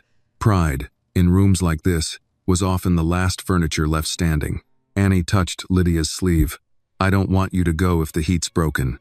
Lydia looked down at her daughter. I know, baby. Can we just stay under the blankets together? The simplicity of it seemed to strike Lydia harder than anything Daniel had said. For a moment she turned her face away. When she looked back, the shine in her eyes was unmistakable, though she would never have called it tears. Daniel spoke more quietly than before. She needs one safe night. Lydia answered without looking at him. So do I. The honesty of that sentence changed something, not dramatically, not like a door swinging open, more like a lock easing loose inside a dark room. Daniel nodded. Then take one. Silence. Then Lydia inhaled slowly and let the breath out. "All right," she said. It was barely above a whisper, but Annie heard it and immediately brightened. "Really?" Lydia managed a small smile for her daughter. "Really?" Annie dropped the crayons and threw both arms around her mother. Daniel turned slightly away, giving them the dignity of not being watched too closely. He looked toward the taped corner of the window, where cold air still slipped through around the edges. Outside, the sky had darkened fully now. Streetlights reflected off the wet pavement below. Behind him, Lydia said, "One night." Daniel turned back. "One night," he agreed. "And I'm paying you back." "No." She frowned. "I said I would, and I said no." "Mr. Whitmore." "Daniel," Annie interrupted from the couch. Both adults looked at her. She sat back against the cushions, perfectly serious. "His name is Daniel." For one beat, nobody spoke. Then Daniel said, "She's right." Lydia looked as though she wanted to object on principle, but she was too tired to spend energy on titles. "Fine," she said. "Daniel." It was the first time she had said his name. He noticed. So did she. Harold would have noticed too, he thought. The old man missed very little about the way people crossed small distances. "All right," Daniel said. "Then we need to solve the practical problem." Lydia blinked. "What practical problem? If you're not going to work tonight, the plant may mark you absent." Her face tightened again. "They will. Then, we document the heating failure, and you notify them in writing." She stared at him. "In writing?" "Yes. I don't have some official email set up." "You have a phone?" She nodded. "Then you have text messages. Text your supervisor. State that your apartment heat failed, that your child is 6 years old, that no overnight childcare is available, and that you are preserving the message." He paused. "Do not apologize more than once." A look of faint disbelief crossed Lydia's face. "You've done this before." "No," Daniel said. "But I know how people behave when they think no record exists." That earned him a different look now. Not warm, exactly, but interested, as if she were beginning to understand what kind of man stood in front of her. Not soft, not sentimental. A man who understood systems, and perhaps for that reason could be dangerous to the people who hid behind them. Lydia reached for her phone on the table. Her hands shook a little, partly from cold and partly from fatigue. Daniel stepped closer, but not too close. "Write it down before you send it," he said. She did, her brow furrowed as she typed. Annie watched every movement with solemn concentration. At last, Lydia read it aloud. "This is Lydia Parker. My apartment heat failed tonight and I have no overnight childcare for my 6-year-old daughter. I cannot safely report for shift under these conditions. Please confirm receipt." Daniel nodded. "Good. Too stiff?" "No. Clear." She hesitated with her thumb over the screen, then sent it. The message whooshed away. A tiny sound, but somehow it seemed larger than that in the little room. A record. A line drawn. Lydia set the phone down. If it brought relief, it also brought fear. "Now they'll know I'm a problem." Daniel's answer came without hesitation. "No. Now they'll know you can be seen." Something in her face changed at that. Very slightly, but enough. Annie yawned then, wide and helpless, her body finally surrendering to the long strain of the last 24 hours. Lydia pulled the blanket around her again. "You need sleep." "So do you," Annie murmured. Lydia laughed under her breath. "Yes, I do." Daniel looked around the apartment once more. The cold, the patched window, the final notice on the side table, the nearly bare cabinets. He understood now that this family had not arrived at crisis in one dramatic fall. They had been approaching it inch by inch for months, maybe years, each compromise disguised as survival. People called that resilience when they were far enough away from it. Up close, it looked more like exhaustion wearing good manners. Daniel picked up his coat. "I'll arrange for someone to come in the morning." Lydia stood. "You really mean that?" "Yes. You don't even know us." He looked from her to Annie. "I know enough for tonight." Again, that almost trust passed through her expression. It came, stayed for half a second, then retreated before either of them could name it. But it had been there, and that was new. At the door, Annie called out, "Good night, Daniel." The use of his name sounded stranger than it should have. He turned. "Good night, Annie." Lydia walked him to the door, opening it just enough to let the cold hall air in. Before he stepped out, she said quietly, "Thank you." This time, she did not say he didn't have to. This time she let the kindness stand on its own. Daniel nodded once and went into the hallway. As he walked back toward the stairs, the sounds of the building wrapped around him again, television through thin walls, water running in old pipes, a child laughing somewhere above, then coughing. Ordinary sounds, heavy sounds, the sounds of people living closer to the edge than the city ever admitted. Outside, the wind had picked up again. Daniel stood for a moment beside his car, looking back up at the dim apartment windows. One lit room in a building full of other lit rooms. How many of them? He wondered. Held lives one outage away from breaking. And why had it taken a 6-year-old girl standing at his gate for him to ask that question as if it mattered? The night grew quieter after Daniel left. Snow had beat the small space heater hummed beside the couch, pushing warmth into the living room, one careful breath at a time.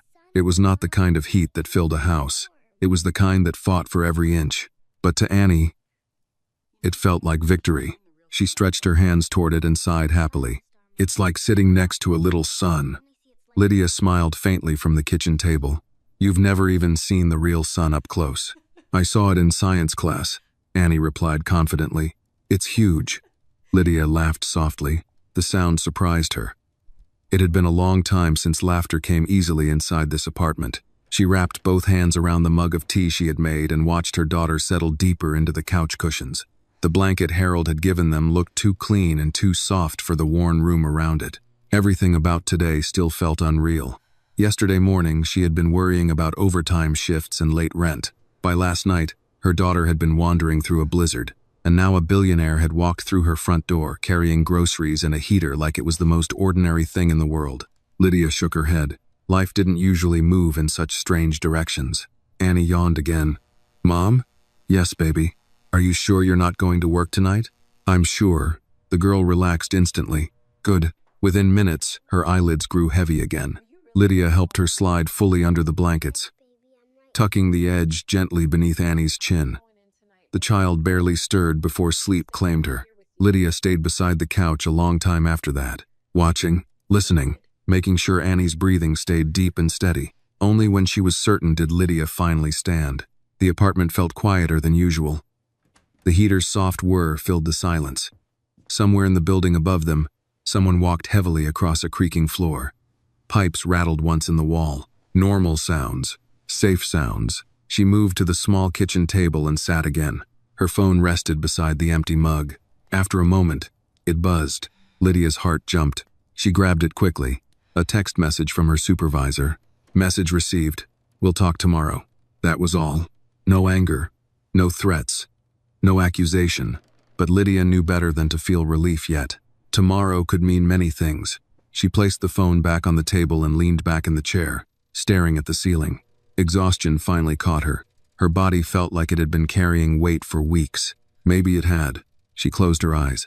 And for the first time in days, Lydia Parker allowed herself to sleep. Across the city, Daniel Whitmore sat alone in his study. The house was quiet. Harold had gone to bed hours earlier. The lights in the long hallway were dimmed. Outside the tall windows, snow covered the grounds again in a clean white sheet that erased the marks of the day.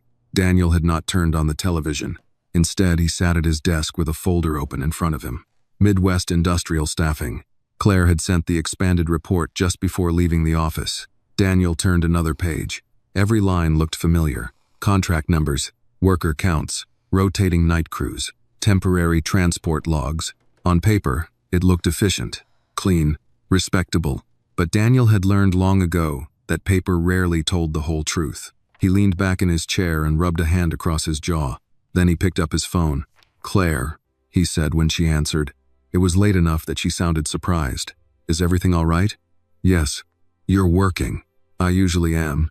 She laughed softly. That isn't what I meant. Daniel ignored that. I want a full audit of Midwest's current contracts, he said. Every Whitmore site. Every subcontractor attached to them. That's not small. I'm aware. Do you want legal involved? Yes. Claire paused.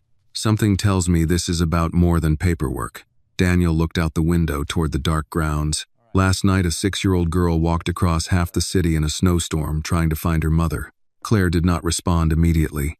When she did, her voice had changed. All right, she said quietly. I understand. Good. He ended the call and returned to the folder, but the words on the page blurred slightly, because for the first time in many years, Daniel Whitmore was no longer reading reports as numbers. Now he saw faces, tired mothers working overnight shifts, children waiting in cold apartments, workers moved across the city like pieces on a board. And somewhere in the middle of it all stood a small girl in a thin coat asking a stranger one simple question. "Sir, may I stay here just for tonight?" Daniel closed the folder slowly. Some decisions in life were complicated. This one, he realized, was not. He reached for his phone again and typed a short message to Claire. "Begin the audit first thing tomorrow. No delays." The message sent with a quiet tone. Outside, the snow continued to fall. And somewhere across the city, Annie Parker slept beneath a borrowed blanket, while the first small crack began to form in a system that had never expected anyone powerful enough to notice. Morning came gray and brittle over Chicago. The snow had stopped sometime before dawn, but the cold remained, hanging over the city like a warning. From the 32nd floor of Whitmore Development, the streets below looked orderly again. Plows had cleared the main roads, commuters were back on schedule, coffee carts steamed at corners, and men in wool coats moved with the same brisk purpose they carried every weekday morning. But Daniel Whitmore had stopped trusting the appearance of order. At 8:15, he stood at the head of the long conference table in the executive boardroom, while 3 members of his senior staff settled into their seats with folders, tablets, and expressions that suggested they knew this was not a routine meeting. Claire Donnelly sat to his right, already prepared. Mark Ellison leaned back in his chair, coffee in hand, watching Daniel with the look of a man who expected trouble and intended to measure it before reacting. At the far end sat Tom Berenger from operations, along with a younger compliance attorney named Nina Patel, who had been pulled in so early she still had winter-red cheeks from the walk-in. Daniel remained standing. "Let's begin," he said. Claire opened the first file. "Preliminary audit of Midwest Industrial Staffing confirms ongoing contracts at 4 Whitmore-affiliated sites," she said. "Riverside Tech Park, Ashburn Logistics Hub, West Loop Renovation Parcel 7, and the Calumet Packaging Retrofit." She glanced down. "In the past 18 months, Midwest has been named in 9 labor disputes across Cook, DuPage, and Will counties. 3 involved wage delay claims. 2 involved unsafe shuttle conditions. 1 involved a worker relocated to a secondary site without proper notification to next of kin after a medical incident." Daniel's face did not change. "Continue." Nina Patel spoke next, her voice clear and precise. "The company protects itself through layered subcontracting and arbitration clauses. Most workers are hired under temporary status with limited documentation. That reduces benefits exposure and creates legal ambiguity when transport, injury reporting, or emergency site reassignment occurs." "Ambiguity," Mark muttered. "That's one word for it." Daniel's gaze stayed on Nina. "How exposed are we?" She answered honestly, which Daniel appreciated. "If no one can show Whitmore Development knew of the practices, exposure is limited. If someone proves repeated warning signs were ignored, the company could face negligence claims, reputational damage, and review of labor oversight procedures." Tom shifted in his chair. "We didn't ignore warnings. We delegated labor screening through procurement." Daniel looked at him. Tom immediately knew that was the wrong defense. "Delegation," Daniel said quietly, "is not the same thing as innocence." Silence settled over the table. Mark set down his coffee. "You're making this personal." Daniel did not deny it. A 6-year-old girl crossed half the city in a blizzard because her mother's labor chain failed at multiple points, he said. "That chain touched one of my projects. So yes, I'm taking that personally." No one spoke after that, because there was nothing careless or emotional in the way he said it. If anything, the room understood the opposite. Daniel Whitmore had made a decision, and in his world decisions like that moved faster than arguments. Claire slid another page forward. "There's more," she said. "Child and Family Services did not receive a formal report about Annie Parker, but if anyone at the factory, the apartment building, or the neighborhood had reported the incident differently, the case could have triggered a neglect review." Tom exhaled sharply. "Jesus." Nina nodded once. "A child wandering unsupervised in extreme weather is enough to flag a case. The context may not save the parent from review." Daniel thought of Lydia Parker standing in her cold apartment, tired enough to shake, still afraid that any mistake could give the system permission to take what she loved most. He had seen that fear in her eyes, and he was beginning to understand something many powerful people never bothered to learn. For the poor, disaster was rarely just hardship, it was exposure. One bad night became evidence, one unpaid bill became character judgment, one moment of crisis invited strangers to weigh whether you deserved your own life. He looked toward Nina. If Child and Family Services ever did get involved, what matters most? The young attorney hesitated, then said, stability, documentation, safe housing, reliable income, demonstrated care. Mark gave a humorless laugh. In other words, the very things a labor system like Midwest makes harder to keep. Daniel did not answer because that answer was already in the room. Claire turned to the next page. There's also the building itself, she said. Lydia Parker's address has 2 prior city complaints related to heating outages, both marked unresolved. Daniel looked up slowly. Unresolved? Yes. How? Landlord claims repairs are pending. City backlog. Standard delay. Daniel felt something cold and exact settle into place. So that was the shape of it. Not one failing. Many. A labor company that moved workers like freight. A building owner who let heat fail in winter. A system that processed complaints too slowly to matter. And in the middle of all of it, a mother blamed in advance for any collapse she did not cause. He placed both hands lightly on the table. Here is what happens next, he said. The room straightened around his voice. Midwest industrial staffing is suspended from all Whitmore-affiliated sites pending full review. Effective immediately. Tom nodded at once. Done. Second, I want our tenant rights legal partner notified. Quietly. I want an inspector at Lydia Parker's building by noon. Through the proper channels. Not a favor. Not a shortcut. The proper channels, but pushed. Claire was already writing. Third, set up an emergency family protection fund through the foundation. Mark raised an eyebrow. Daniel continued before he could speak. Temporary heating assistance, emergency child care vouchers, transit support, utility bridge payments. Quietly administered. No photo ops. No press release. No gala language about resilience. Now even Claire looked up. Daniel's voice remained calm. I am not interested in packaging suffering into a quarterly report. A small silence followed that. Then Nina said, very carefully, that fund could prevent situations like this from becoming formal neglect cases. Yes, Daniel replied. That is the point. Mark leaned back again, studying him. You do realize, he said, that once you start this, you'll see more than one family. Daniel met his eyes. I know. You'll find hundreds. I know. Mark nodded slowly. Something in his expression changed, not surprise, but respect edged with concern, because he knew Daniel well enough to understand that once Daniel gave something his full attention, he did not do it by halves. The meeting ended 20 minutes later. Files were gathered, instructions assigned, phones already buzzing with consequences. When the room cleared, Claire remained behind. She stood at the end of the table, pen still in hand. This is larger than one incident, she said. Yes, and you're still thinking about the child. Daniel looked out through the glass wall toward the winter city. Yes, Claire softened, just slightly. My father used to say that a society shows itself most clearly by how it treats people who can't make trouble for it. She paused. Children, the elderly, the poor. Daniel turned toward her. What did your father do? He was a mail carrier on the west side for 32 years. A faint smile touched her mouth. He knew more about who was hungry than most elected officials. Daniel almost smiled back. That sounds possible. Claire closed her folder. Then, because she had worked for him long enough to risk honesty, she said, You know what troubles people about men like you? Daniel lifted an eyebrow. That there's always a price, she said. Always an angle. Even kindness comes with steel in it. He considered that.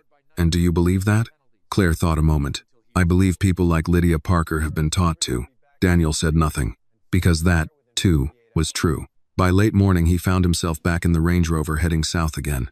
He told himself it was practical. He wanted to check that the inspector had arrived. He wanted to speak to Lydia before any outside agency did. He wanted to make sure Annie understood none of this was her fault.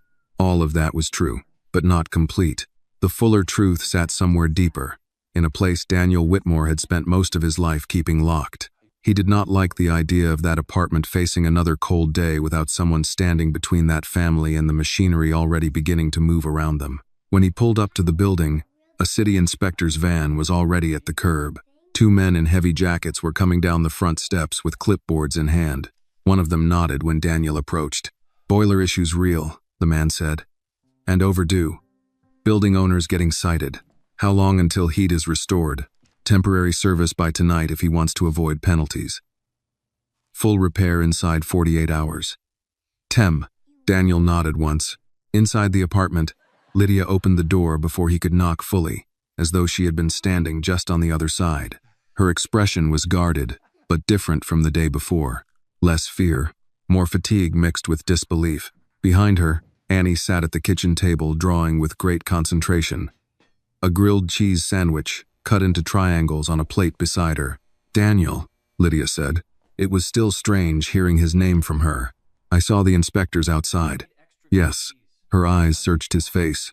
"You did that." "I accelerated what should have happened already." Lydia let out a slow breath. That sounds like something rich people tell themselves when they change the course of somebody else's day. The remark was sharp, but not cruel. Daniel accepted it. "Possibly." Annie looked up from her drawing. "Hi, Daniel." "Hello, Annie." She held up the paper. It was a picture of a large house in falling snow, a small girl at the gate, and a man in a dark coat opening it. Daniel stared at it longer than he expected to. Annie pointed proudly. "That's you." Lydia looked embarrassed. "She's been drawing that all morning." Daniel stepped closer to the table. The child had drawn the gate much too tall, and himself much too serious. But the little figure of Annie in the snow was heartbreakingly small. "I look severe," he said. Annie considered this. "You were a little." For the first time all morning, he laughed. A small laugh, brief, but real, and something about that sound changed the room. The poor apartment, with its patched windows and weary walls, still held all the same problems it had yesterday. But now there was also a child's drawing on the table and the faint warmth of grilled cheese in the air and a woman watching him as if she had not yet decided what to make of him but had at least stopped assuming the worst. That, Daniel thought, was how trust probably began. Not as a promise, not as a speech, but as one ordinary moment that did not turn cruel. Lydia had not expected the apartment to feel smaller with another person inside it. Not because Daniel Whitmore took up much space physically. He didn't. He carried himself too quietly for that. But his presence altered the air in the room all the same, as if the apartment had suddenly become aware of being seen. Annie, on the other hand, seemed entirely comfortable with the change. She slid the drawing across the kitchen table toward him with complete confidence. "See?" she said. "That's the gate. And that's the snow. And that's me." Daniel looked down at the page again. The crayons were cheap and worn to half their size. But Annie had used them with serious purpose. The snow was blue-white. The house was drawn too wide and too tall, but somehow the loneliness of it came through anyway. And there, at the front gate, stood a little girl carrying a large brown coat almost as big as she was. Daniel's own figure stood on the other side of the gate, one arm stretched toward the opening. "You remembered the coat," he said. Annie nodded. "That part matters." Lydia, standing by the counter with one hand wrapped around a dish towel, glanced at her daughter. "Why does that part matter?" Annie looked up as though the answer should be obvious. "Because I didn't wear it." Daniel met Lydia's eyes briefly. He understood that answer far better now than he had last night. It was never just a coat. It was care and loyalty, and a child deciding that her mother's comfort was worth more than her own. Lydia turned away first, reaching for Annie's plate. "You need to finish your sandwich before it goes cold." "I am finishing it." "You're talking more than finishing." "That's because Daniel's here." The casual use of his name landed differently this time. Less strange, more settled. Daniel sat down in the spare chair at the table. It creaked slightly beneath his weight. The apartment was still cool, though not as bad as it had been the night before. The temporary heater was running, and somewhere below the floorboards came the faint metallic thud of repair work starting in the boiler room. Lydia set another plate on the table. "I made extra grilled cheese." Daniel looked up. "You didn't have to." The corner of her mouth moved. "That's what people say when they don't know how to accept something." He almost smiled. "Then perhaps I'm learning." She placed the plate in front of him. The sandwich was simple white bread, butter crisped in an old skillet, American cheese melted through the middle. Nothing fancy, nothing designed to impress, but the smell was warm and familiar in a way that caught him off guard. He had eaten in restaurants with Michelin stars. He had attended charity dinners where the silver alone was worth more than most people's monthly rent. And still, sitting in a narrow South Side apartment with a 6-year-old coloring beside him and her mother handing him a grilled cheese sandwich, he felt something he had not expected. Ease. Not complete, not permanent, but a beginning. Annie watched him closely. Do rich people eat grilled cheese? Lydia closed her eyes briefly. Annie, what? I'm asking. Daniel answered before Lydia could apologize. Yes, he said. At least this one does. Annie seemed satisfied by that. Good, because it's better with tomato soup, but we didn't have any. Lydia's face flushed slightly. Daniel picked up the sandwich. This is excellent as it is. And it was. Across from him, Annie returned to her drawing, this time adding a second page. On it, she began sketching the apartment building, carefully coloring in each crooked window. Lydia washed the pan at the sink, moving with the weary efficiency of someone for whom rest still felt suspicious. Daniel finished half the sandwich before he spoke again. The inspector filed the citation. Lydia stopped drying the plate. That fast? Yes. What happens now? The landlord has until tonight to restore temporary service. And if he doesn't, then the penalties increase, and the city has grounds to escalate. Lydia turned that over in her mind. People in buildings like this file complaints all the time, she said. Most of the time, nothing changes. Daniel nodded. That is why systems become dangerous. Not because they never work, because they work just enough to keep people hoping. She looked at him over her shoulder. That's a dark thing to say before noon. It's also true. Annie, without looking up from her crayon drawing, said, Mom says truth is better than pretty lies. Daniel glanced at Lydia. You do? Lydia hung the dish towel over the oven handle. I say children can survive hearing hard things. What hurts them is being lied to and then finding out later. He considered that. That sounds correct. It usually is. The conversation might have ended there, but Lydia surprised herself by asking, Were you always like this? Daniel looked up from the table. Like what? She hesitated, then decided honesty was cheaper than caution at this point. So, certain. Like you walk into a room and already know where everything belongs. Annie lifted her head. I know where everything belongs, she announced. My crayons belong in this box, but the purple one is broken. Neither adult corrected her. Daniel leaned back in the chair slightly. No, he said at last. I was not always certain. Lydia folded her arms. Then what were you? He looked toward the window where the pale winter light pressed against the taped glass. Hungry, he said. The room grew quieter, not dramatic quiet, just attentive quiet. Lydia turned fully toward him now. For what? Daniel thought about the question. There were many possible answers. For money, once. For position. For safety. For distance from the life he had begun in. But beneath those, there had always been something else. Something less practical, and therefore less welcome. Control, he said finally. When you grow up with very little, control can feel like the same thing as peace. Lydia studied him. She had known men who wanted control. Most of them made other people pay for it. But Daniel did not say it with hunger. He said it with recognition. That made a difference. Annie pushed the second drawing toward him. This one's our building. Daniel looked down. You included the broken step. It's always broken. Lydia seethed. I've called about that step 3 times. Daniel glanced at her. Document it again. She gave him a look. You really do believe everything should be written down? No, he said. I believe people behave differently when they know someone can prove what they've done. Annie nodded as though this were perfectly sensible. Then, in the same tone she might have used to ask for juice, she said, Are you going to come back? The question changed the room. Lydia's hand stopped where it was, resting on the back of the chair. Daniel looked at Annie. Her face was open, but not careless. There was hope in the question, but also caution, as if she had already learned that adults sometimes disappear after one act of kindness and call it enough. He answered carefully, If your mother is comfortable with that. Annie immediately looked at Lydia. Lydia did not answer right away. Her first instinct was still to protect the perimeter of her life. To say no before help could become habit. to refuse any arrangement she did not understand well enough to defend later. But another part of her, the part that had spent last night awake with fear and this morning watching a city inspector actually do his job, knew the truth. Daniel's presence had changed things. Not magically, not permanently, but measurably. And Annie had noticed. Children always noticed. Lydia let out a slow breath. "You can visit," she said. Annie brightened. "Really?" Lydia looked directly at Daniel now. As a friend, not as a rescuer, not as a benefactor, and certainly not as a man with rights over their lives. The meaning was clear. Daniel nodded once.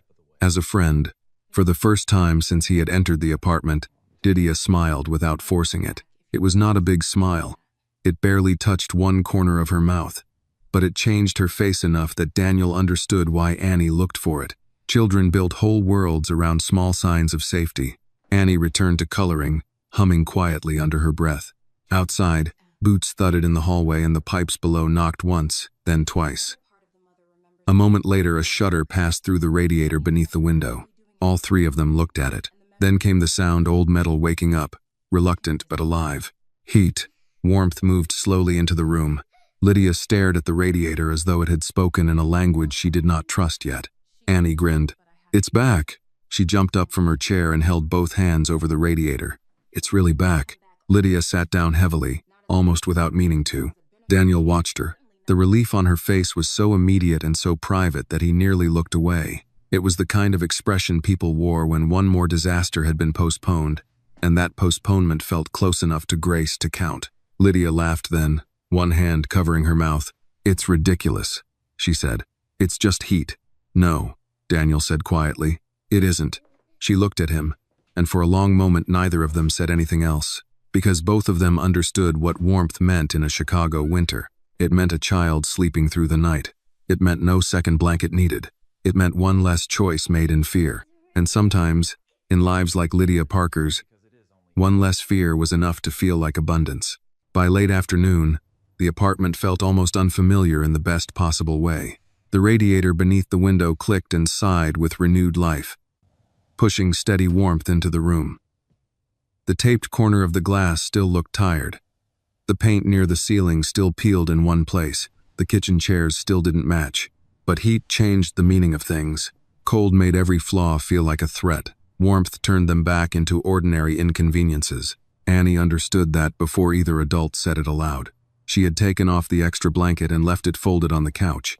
Her cheeks were pink now, not from cold but from comfort, and she moved around the apartment with the loose ease of a child whose body had finally decided it was safe.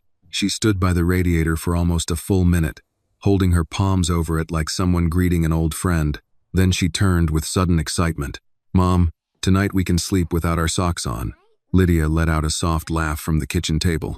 "That does sound like luxury." Annie nodded solemnly. "It is." Daniel, still seated in the spare chair, watched them both. He had spent a lifetime around people who mistook luxury for marble counters, imported wine, or square footage. Yet the word sounded truer here, spoken by a 6-year-old girl in a small South Side apartment, meaning only this: tonight we will be warm enough to rest. It struck him that comfort always revealed itself most honestly to those who had gone without it. Annie went back to the table and began a third drawing. This time Daniel noticed she was using the yellow crayon more than before. Less blue, less gray. The change was small, but he saw it. Lydia saw him noticing. "You read people the way other people read newspapers," she said.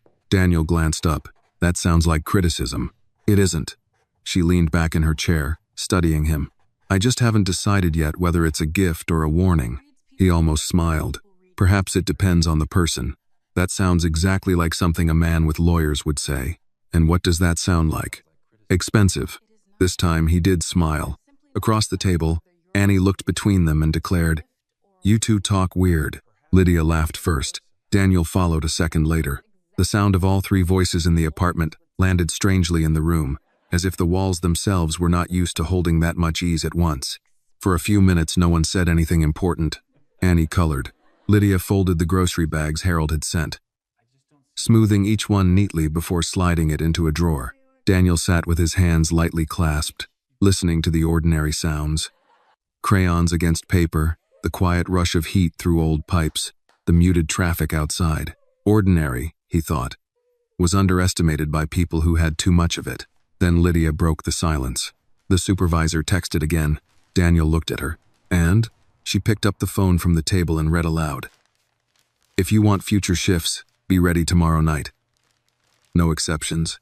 Annie did not look up from her drawing, but her crayon slowed. Daniel's expression cooled. That is not a lawful way to communicate a scheduling policy. Lydia gave him a tired look. You say things like that as if unlawful and unusual are the same thing. He accepted the correction. They aren't. No. She set the phone down. For people like us, unlawful usually just means no one important has bothered to stop it yet. The sentence stayed in the room. Daniel looked toward Annie. The child had gone very quiet now, pretending to focus on the drawing while listening with all the concentration children bring to adult trouble. He lowered his voice. Will you go? Lydia's fingers tightened slightly around the edge of the table. I don't know. You said last night you had no choice. I said that before the heat came back on. She exhaled. Before this morning. Before inspectors showed up. Before I started wondering how many things I've been calling survival that were actually just surrender. Daniel held her gaze. That, he thought, was not a small sentence. People did not change their lives because someone advised them to. They changed when the name of their own suffering became impossible to ignore. Annie put down the crayon. Mom? Lydia turned immediately. Yes, baby? Do you have to work there forever? The room went still. Children had a way of walking straight to the center of a question adults spent years circling. Lydia's face softened. I hope not. Then maybe, Annie said carefully. You can work somewhere that lets you be somebody. Lydia blinked. What do you think I am now? Annie considered that with grave seriousness. A mom, she said. But I mean like, somebody they don't push around. Lydia looked away. Daniel did too, but for a different reason. Because the child had spoken with that strange, piercing clarity only children and the elderly sometimes possess. No ideology, no polished language. Just the truth stripped down to a single, clean edge. Lydia rose from the table and walked to Annie, brushing a hand through her daughter's hair. That's what you want from me? Annie nodded. Yes. Lydia kissed the top of her head. That's what I want too. Daniel watched them in silence. He knew enough not to romanticize this moment. Warmth in the radiator did not erase debt. One city citation did not dismantle a labor system. A single night off did not build a future. But something had shifted. And he had lived long enough to know that most turning points did not announce themselves as revolutions. They arrived disguised as smaller things. One hard truth, one repaired heater, one child asking the right question at the right time. Lydia turned back toward him. You're thinking again. I often do. I can tell. He leaned forward slightly. Do you have a resume? She stared at him. A what? A resume. I know what a resume is. Then do you have one? Lydia folded her arms. You move fast. Yes. You always do this? When something needs doing, yes. She looked at him for a moment, then gave a short laugh. That wasn't really my question. Daniel nodded once. No, I suppose it wasn't. He chose honesty again, because that had worked better here than charm ever would. I don't know what this is yet, he said, but I know you should not be trapped in work that makes your child feel abandoned and you feel replaceable. Lydia's expression changed. Not softer, exactly. More exposed. No one talks like that where I come from. Perhaps they should. She shook her head. Where I come from, people say. At least it's a paycheck. Daniel looked around the apartment. At least is a dangerous standard. That one sat with her. She nodded, very slightly. Then Annie held up the new drawing. This time the house was smaller. The gate still stood at the front. But the little girl was no longer alone outside it. There were 3 figures now. Annie, her mother, and Daniel standing beside the open gate with snow falling around them. And above them, in large uneven letters, she had written the word, home. Daniel stared at the page. Lydia did too. After a moment, Lydia asked gently, Why did you write that? Annie shrugged in the way children do when they have said something enormous and don't yet know it. Because it wasn't just your house, she said to Daniel. It was the place where somebody opened the door. No one spoke after that. The radiator clicked softly. The winter light had begun to fade, turning the window glass silver gray. And Daniel Whitmore, who had spent years building structures people admired from the outside, found himself undone by a child's drawing on cheap paper. Because she was right. A house became many things over the course of a life asset. Shelter, investment, symbol. But for one night in a storm, his had become something far more important. A place where somebody opened the door. At last, Daniel rose. "I should go," he said. Annie looked disappointed, but not frightened. That was new, too. She now expected departure without assuming disappearance. "Will you come back?" she asked. Daniel glanced at Lydia before answering. "If your mother allows it." Lydia met his eyes. There was still caution there, still fatigue, still the hard-earned instinct not to trust a good thing too quickly. But there was something else now as well. Recognition. "Yes," she said. "You can come back." Annie smiled. "Good." Daniel put on his coat. At the door, Lydia walked him out again into the narrow hallway. The light above them buzzed faintly. Somewhere downstairs, someone was arguing about laundry. Life, in all its cramped and ordinary persistence, continued around them. Lydia stood with one hand on the doorframe. "I don't know what to call this," she said quietly. Daniel looked at her. "You don't have to call it anything yet." She nodded. "That helps." He hesitated, then said, "No child should have to ask for one night of safety." Lydia's eyes held his. "No," she said. "They shouldn't." For one suspended moment, neither of them moved. Then Daniel nodded once and stepped back into the hall. As he walked toward the stairs, he heard the apartment door close gently behind him, not with fear this time, but with care. And in the little room beyond it, warmth held. This story reminds us that true wealth is not measured by power, money, or status, but by the courage to show kindness when it matters most. One small act of compassion, a door opened on a cold night, can change the direction of someone's life. It teaches us that behind every struggling family is a story we may not see. And sometimes the strongest people are not those who never struggle, but those who choose to care when the world would rather walk away. In the end, real humanity is revealed not in grand gestures, but in the quiet decision to help someone who has no power to repay you. This video is a work of fiction created with the assistance of artificial intelligence. All characters, events, and situations are not real and do not represent any actual people or true stories. The content is intended for storytelling and emotional illustration only.